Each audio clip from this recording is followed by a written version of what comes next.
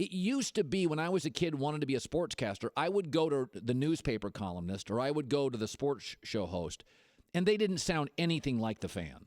Like the fan is the fan, irrational, and the media was rational. But over the course of time with sports blogs, which anybody can really do with almost no budget, there's a blurring of the lines. I can't tell fans from bloggers and media half the time, and it's frustrating to me that, like, you should be a professional. You shouldn't be rooting for people, even if you have a cover a team. So I always appreciate guys like Dale Hansen in Dallas, who, even though he's in Dallas, he'll push back on Jerry Jones. He'll go to a press conference. He's never a house guy. Mike Francesa in New York, to his credit, not a house guy. He'll go after local owners. Very few will. And you got to ask tough questions. And you got to ask tough questions because the audience gets better answers.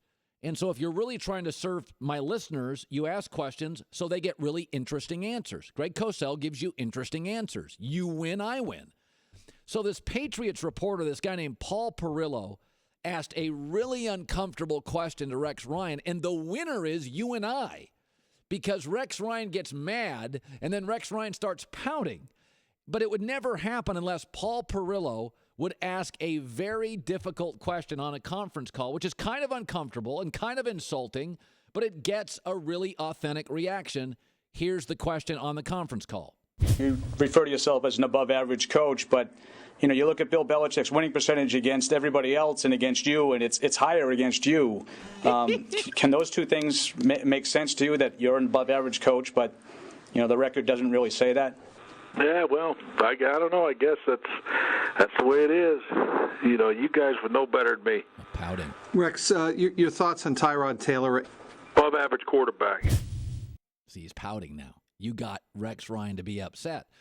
And Rex Ryan should be fired. He is now, people aren't laughing with him, they're laughing at him. Earlier this week, he was imitating Belichick at a press conference. Now, this is the biggest game of the year. You're 1-2, you go 1-3, and the Patriots beat you and go 4-0. You can't win the division. Statistically, it's over. Biggest game of the year, and you're imitating Belichick.